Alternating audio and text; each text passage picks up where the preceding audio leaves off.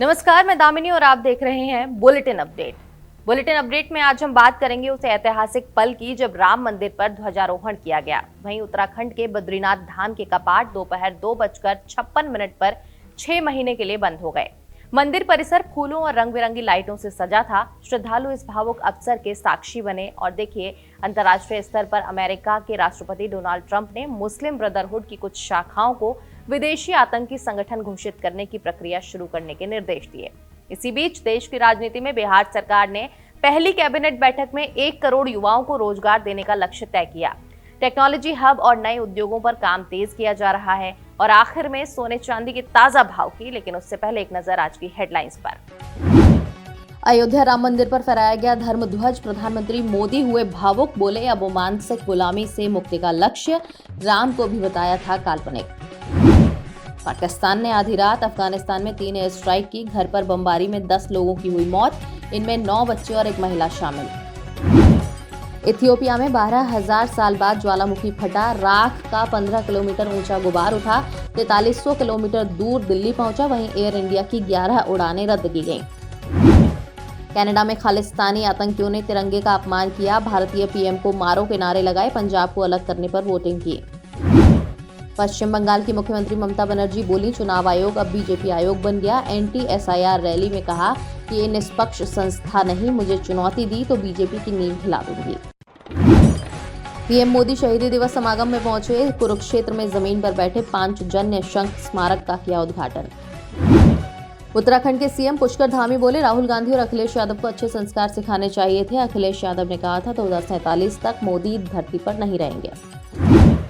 Rajasthan MP के 16 शहरों में तापमान 10 डिग्री से नीचे पहुंचा। बिहार में पटना सहित 10 शहरों में घना कोहरा। बद्रीनाथ में -12 डिग्री पहुंचा पारा। अभिनेता धर्मेंद्र की अस्थियां लेने पोते करण शमशान घाट पहुंचे। कल 89 साल की उम्र में हुआ था निधन। अमिताभ समेत कई सेलेब दे रहे हैं श्रद्धांजलि। और पंजाबी एक्ट्रेस सोनम बाजवा मस्जिद में शूटिंग करके फंसी। शाही इमाम बोले, आपत्तिजनक सीन फिल्माए, खाना पीना भी किया, एफआईआर दर्ज हो। अयोध्या से आज एक ऐतिहासिक पल देखने को मिला। राम मंदिर के शिखर पर धर्म ध्वज फहराया गया और इसी के साथ मंदिर संपूर्ण रूप से तैयार माना गया। प्रधानमंत्री नरेंद्र मोदी और संघ प्रमुख मोहन भागवत ने अभिजीत मुहूर्त में ध्वजारोहण में हिस्सा लिया। इस दौरान पूरे मंदिर परिसर का माहौल भक्तिमय और उत्साह से भरा रहा।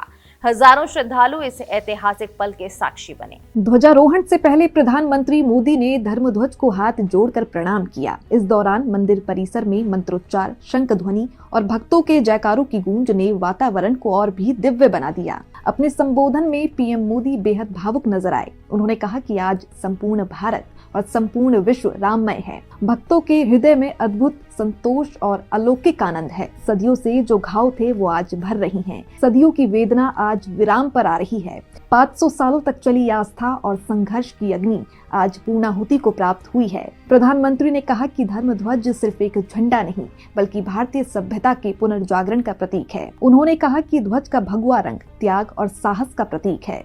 इस पर अंकित सूर्यवंश की गौरवमयी परंपरा की याद दिलाता है और कोविदार वृक्ष समाज की संस्कृति और आध्यात्मिक शक्ति का प्रतीक है। आने वाले सदियों तक ये ध्वज प्रभु राम के आदर्शों का उद्घोष करता रहेगा। अपने संबोधन में पीएम मोदी ने एक और बड़ा मुद्दा उठाया, भारत में मौजूद गुलामी की मानसिकता। उन्होंने कहा कि अंग्रेजों की शिक्षा व्यवस्था ने हमारी सोच को गहरा नुकसान पहुंचाया। पीएम मोदी ने कहा कि हमें आजादी तो मिल गई, लेकिन हम मानसिक रूप से पूरी तरह आजाद नहीं हुए। मैकाले की सोच ने हमें ये मानने पर मजबूर कर दिया कि विदेशी चीजें बेहतर हैं और अपनी संस्कृति पिछड़ी हुई है। इसी मानसिकता की वजह से भगवान राम तक को काल्पनिक बताया जाने लगा। उन्होंने कहा कि दुनिया में लोकतंत्र की जननी भारत है, लेकिन हमने अपने ही लोकतांत्रिक मूल्यों को भुला दिया और विदेशी मॉडलों को अपनाया। प्रधानमंत्री ने कहा कि अगर हम अगले 10 सालों में इस गुलामी की सोच से खुद को मुक्त कर ले तो 2047 तक विकसित भारत का सपना जरूर पूरा होगा। उन्होंने भारतीय नौसेना के नए झंडे का उदाहरण देते हुए कहा कि ये बदलाव सिर्फ डिजाइन नहीं, एक घोषणा थी कि भारत अब अपनी विरासत, अपने नायकों और अपनी ताकत पर चलेगा। इसी के साथ बद्रीनाथ धाम के कपाट आज दोपहर 2:56 पर श्रद्धालुओं के लिए बंद कर दिए गए। इसके साथ ही शुरू हुआ धाम का 6 महीने का शीतकाल।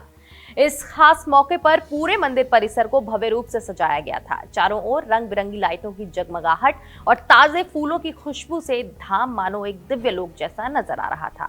श्रद्धालु इस भावपूर्ण दृश्य का आनंद लेने के लिए पहुंचकर इसे ऐतिहासिक पल के साक्षी बने। बद्रीनाथ धाम के कपाट बंद होने की प्रक्रिया सोमवार से शुरू हो चुकी है। पंच पूजा के चौथे दिन मां लक्ष्मी मंदिर में विशेष पूजा अर्चना की गई और कढ़ाई प्रसाद अर्पित किया गया। इसके बाद माता लक्ष्मी को गर्भगृह में विराजमान होने का निमंत्रण दिया गया। मुख्य पुजारी अमरनाथ नंबूदरी ने वैदिक मंत्रोच्चार के बीच इस परंपरा को संपन्न किया। 21 नवंबर से ही बद्रीनाथ धाम के पंच पूजाएं शुरू हुई थी। इसी दौरान गणेश मंदिर, आदि केदारेश्वर और आदि गुरु शंकराचार्य गद्दी स्थल के कपाट भी विधि विधान से बंद किए गए।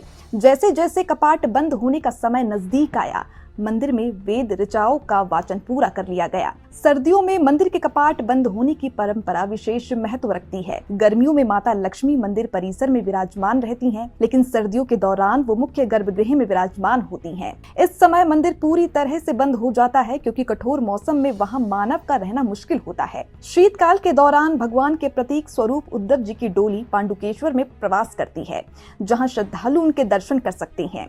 इसके अलावा ज्योतिर्मठ यानी जोशीमठ के नरसिंह मंदिर में गद्दी स्थल शीतकाल में विराजमान रहता है। इस बार कपाट बंद होने के मौके पर 5000 से अधिक श्रद्धालुओं के वहां मौजूद रहने की संभावना है, तो इस ऐतिहासिक और भावुक करने वाले अनुष्ठान का साक्षी बनेंगे। और अब बढ़ते हैं अंतर्राष्ट्रीय खबरों की ओर। अमेरिका के राष्ट्रपति डोनाल्ड ट्रंप ने एक अहम कार्यकारी आदेश पर हस्ताक्षर किए हैं। इस आदेश के तहत अमेरिकी एजेंसियों को निर्देश दिए गए हैं कि वो मुस्लिम ब्रदरहुड की कुछ शाखाओं को विदेशी आतंकी संगठन घोषित करने की प्रक्रिया शुरू करें। विशेषज्ञों का मानना है कि ये मुस्लिम ब्रदरहुड के खिलाफ अब तक का सबसे बड़ा नीतिगत कदम है। राष्ट्रपति ट्रंप ने यह आदेश 24 नवंबर को साइन किया। प्रशासन का कहना है कि मुस्लिम ब्रदरहुड की कुछ शाखाओं ने अमेरिका और उसके क्षेत्रीय सहयोगियों के हितों के खिलाफ हिंसा का समर्थन किया या उसे संभव बनाया। व्हाइट हाउस की माने तो लेबनान, जॉर्डन और मिस्र में हुई ब्रदरहुड से जुड़े गुटों ने 7 अक्टूबर 2023 के हमले के बाद हमास और हिजबुल्लाह जैसे समूहों के साथ मिलकर इजराइल पर रॉकेट हमले किए। राष्ट्रपति के निर्देश के तहत विदेश मंत्री मार्को रूबियो और वित्त मंत्री स्कॉट बेसेंट के पास 30 दिन है कि वो एक संयुक्त रिपोर्ट तैयार करे। इसमें यह आकलन किया जाएगा कि कौन सी शाखाएं कानूनी रूप से आतंकी संगठन घोषित किए जाने योग्य है। इस प्रक्रिया में अटॉर्नी जनरल और राष्ट्रीय खुफिया निदेशक की सलाह शामिल होगी। नेशनल सुरक्षा काउंसिल इस रिपोर्ट को जमा करेगा और इसके बाद संबंधित विभागों को 45 दिन दिए जाएंगे ताकि वो औपचारिक कार्यवाही शुरू कर सके। इस प्रक्रिया के तहत अगर कोई संगठन FTO या SDGT के रूप में नामित होता है तो उसे कई गंभीर परिणाम भुगतने पड़ेंगे।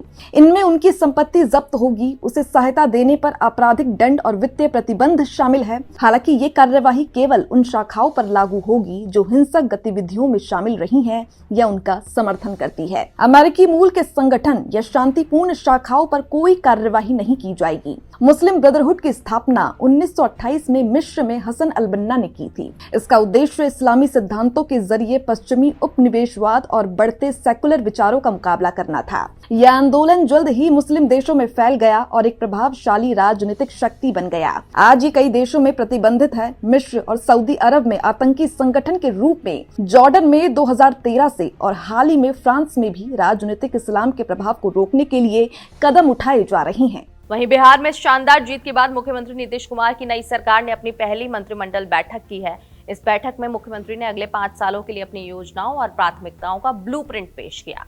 बैठक के बाद उन्होंने कहा कि सरकार का सबसे बड़ा लक्ष्य अगले 5 साल में 1 करोड़ युवाओं को रोजगार देना है। नीतीश कुमार ने बताया कि इसके क्रियान्वयन के लिए मुख्य सचिव की अध्यक्षता में एक उच्च स्तरीय समिति भी बनाई गई है। ये समिति राज्य में उद्योगों को बढ़ावा देने और युवाओं के लिए अधिक से अधिक रोजगार के अवसर पैदा करने की योजना पर काम करेगी। मुख्यमंत्री ने कहा कि बिहार को पूर्वी भारत का नया टेक्नोलॉजी हब बनाने की दिशा में काम किया जाएगा। इसके लिए defence corridor, semiconductor manufacturing park, global capability centres, mega tech city और फिनटेक सिटी जैसे बड़े प्रोजेक्ट तैयार किए जा रहे हैं। हैं। उन्होंने ये भी कहा कि राज्य से जुड़े बड़े उद्यमियों और विशेषज्ञों के सुझावों को ध्यान में रखते हुए नई नीतियां बनाई जाएंगी। नीतीश कुमार का कहना है कि युवा आबादी बिहार की सबसे बड़ी ताकत है। अगर उन्हें सही दिशा और मौका मिले तो राज्य देश का सबसे तेजी से विकसित होने वाला राज्य बन सकता है। उन्होंने ये भी कहा कि नई सरकार बनने के तुरंत बाद उद्योगों को बढ़ावा देने का काम तेज कर दिया गया और नए कारखाने, चीनी मिलें और अन्य औद्योगिक इकाइयां खोली जाएंगी। मुख्यमंत्री ने ये भी याद दिलाया कि पिछले 5 सालों में 7 निश्चय 2 के तहत 50 लाख युवाओं को रोजगार दिया जा चुका है। अब नई योजनाओं और टेक्नोलॉजी हब के साथ अगले 5 साल में इस संख्या को दुगना करने का लक्ष्य रखा गया है। नीतीश कुमार ने कहा कि बिहार को सिर्फ रोजगार का केंद्र नहीं बल्कि वैश्विक बैकएंड हब और ग्लोबल वर्कप्लेस बनाने का भी लक्ष्य है। इसके तहत राज्य में निवेश और उद्योगों के लिए अनुकूल वातावरण तैयार किया जाएगा। और अब हम बात करते हैं निवेश और खरीदारी से जुड़ी अहम खबर की। सोने चांदी की कीमतों में रोजाना उतार चढ़ाव देखने को मिल रहा है। तो चलिए आपको आज के ताजा भाव से अपडेट करते हैं ताकि आप अपने निवेश का सही फैसला ले सकें। आज 24 कैरेट सोने की कीमत 12,719 रुपए प्रति ग्राम है। 22 कैरेट सोना 11,660 रुपए प्रति ग्राम और 18 कैरेट सोना 9,543 रुपए प्रति ग्राम पर बिक रहा है। दिल्ली न सिर्फ देश की राजधानी है बल्कि एक बड़ा मेट्रो शहर होने की वजह से यहाँ फैशनेबल और पारंपरिक गहनों की मांग भी लगातार बनी रहती है। सोने की खपत सिर्फ दिल्ली तक सीमित नहीं है बल्कि पूरे देश में बढ़ रही है। महिलाओं और पुरुषों दोनों के लिए गहने खरीदना आम बात है। ऐसे में उपभोक्ताओं के लिए ताजा सोने के दाम जानना बेहद जरूरी हो जाता है। चांदी की बात की जाए तो आज दिल्ली में चांदी की कीमत 167 रुपए प्रति ग्राम और 1,67,000 रुपए प्रति किलो है। दिल्ली में चांदी का इस्तेमाल सिर्फ गहनों में ही नहीं बल्कि पायल, सजावट और मिठाइयों की कला में भी बड़े पैमाने पर होता है और यही वजह है कि दिल्ली में चांदी का व्यापार बहुत एक्टिव है और यहाँ के ग्राहक इसे नियमित रूप से खरीदते हैं। तो ये थे आज के देश और दुनिया के ताजा अपडेट। आप बने रहिए हमारे साथ, हम आपके लिए लाते रहेंगे हर पल की महत्वपूर्ण खबरें ताकि आप हर फैसले और हर सूचना में हमेशा अपडेटेड रहें। देखते रहिए भारत अपडेट।